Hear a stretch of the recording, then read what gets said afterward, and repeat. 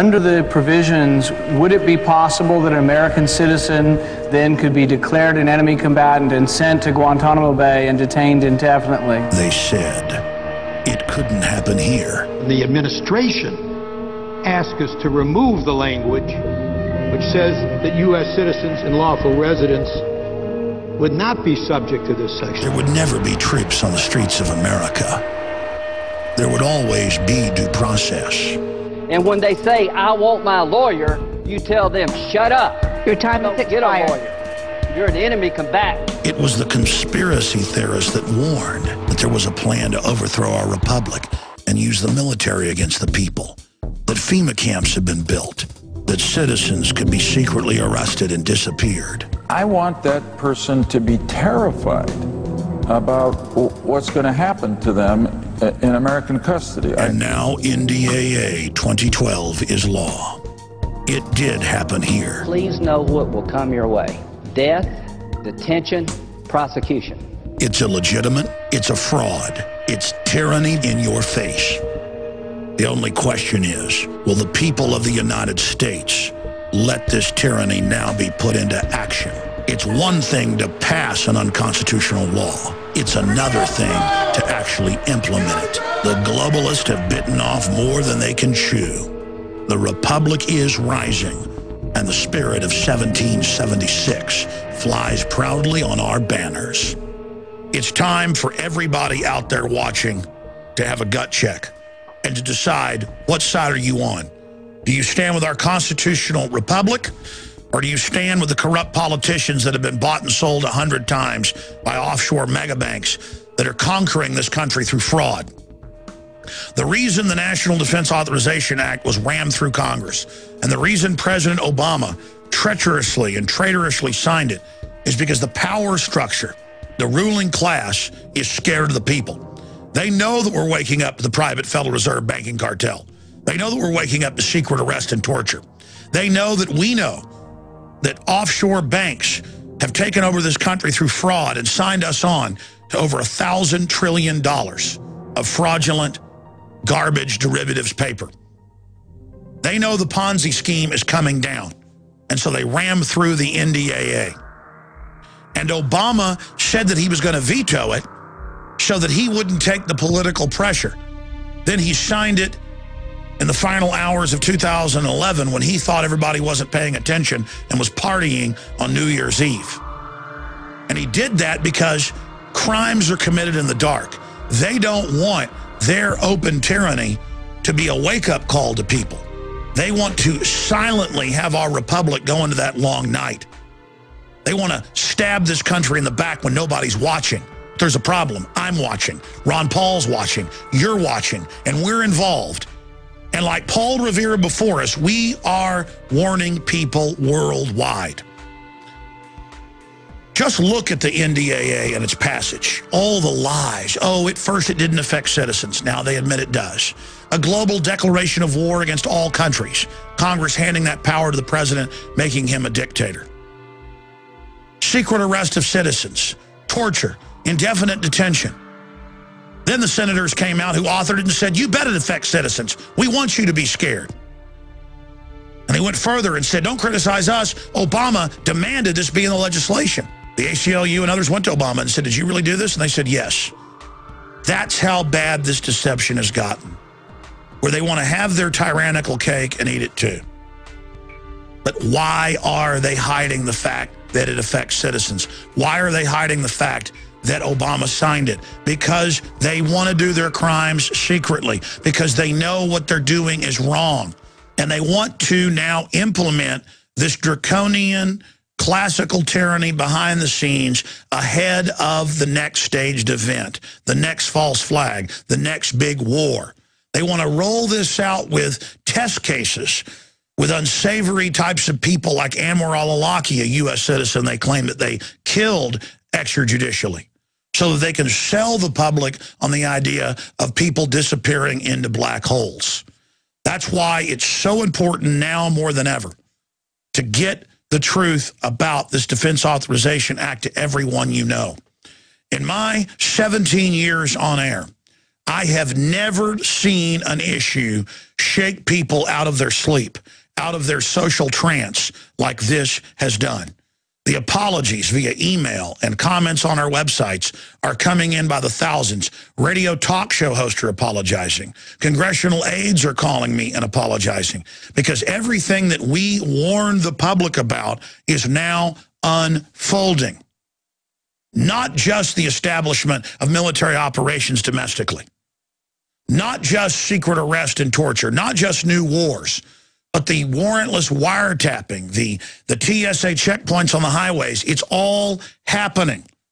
And the system wouldn't have rammed this legislation through and exposed their despotic game plan if they weren't accelerating their timetable.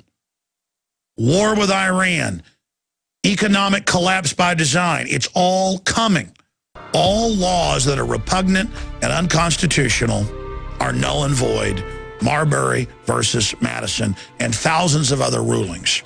Tyrants take over by degree. And the system is simply testing the public now to see if they can get away with this legislation first, and then to see piecemeal if they can get away with it incrementally. They're not going to come snatch you out of your house overnight. They're not going to activate the now public FEMA camps overnight. They're going to sell it as something that they're rolling out to save and safeguard society. They're going to script every facet of it. Incredible despotism has come to every nation in history, and now it's coming here. We know history, and so if we educate others and stand tall, we are not doomed to repeat it. So let's take this information with the NDAA and all the lies associated with it and use it as a teaching moment. And not just a moment of instruction, but a moment of awakening. It's now time for those of you out there that grovel to the establishment and go along with whatever the system does and make excuses for it to realize you are not part of the power structure. You haven't chosen to join the New World Order, and so you're on the winning team. Less than 0.1% from our research is actually part of this New World Order system and stands to gain from it. You are going to have your standard of living lowered. You're going to have your freedoms lowered. And just because you've served the system doesn't mean that you won't be devoured by it. The good news is, for every action, there's an equal and opposite reaction. There is a giant awakening happening. And now is the time. People's minds are fertile to hear the truth. They have never been more open to be given the true information about history and about the New World Order and about what's happening. So I'm begging all of you to be the leaders you are and to reach out to everyone you can with banner hangs, local newsletters, talk radio shows, calling into talk radio, going and speaking at your city council, running for Congress, running for mayor, running for sheriff. Because resistance is victory. We've got to intensify the buzz that we see around Ron Paul and liberty to every issue and every area. And all of us need to be like Ron Paul. All of us need to be like other patriots that have come before us. It's Victor Hugo that said, no army can stop an idea whose time has come. They can't stop us all. And one cautionary note to enforcers of this system, military, police, and others that are being asked to engage in classical oppression of the American people. You're going to be given plausible cover stories for doing what you're going to be asked to do in the future. But remember, all of this was set up in the past 16 years or so. All of this was being covertly planned. The derivatives, the banking takeover, all of this has been planned out. But because we have been aware of it, we've got a serious jump on the globalist right now. Because we were there for decades warning people ahead of time, now we have a lot of credibility. And I want to warn the power structure that this is not going to be a cakewalk. The London Telegraph, the Associated Press, they're all reporting that in the month of December, more than 1.5 million FBI instant background checks were done.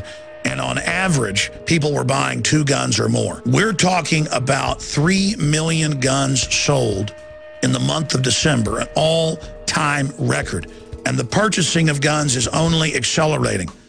I saw surveys where the public was asked why they're buying guns, And the majority said because of economic collapse, because of social unrest, and we don't trust the government. The system's iron fist is not going to work against an armed population that understands the score.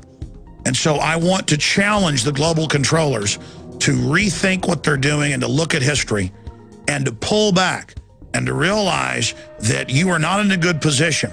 Even if you stage some big false flag terror attacks, the people are awakened to you and are now aware of what you're doing.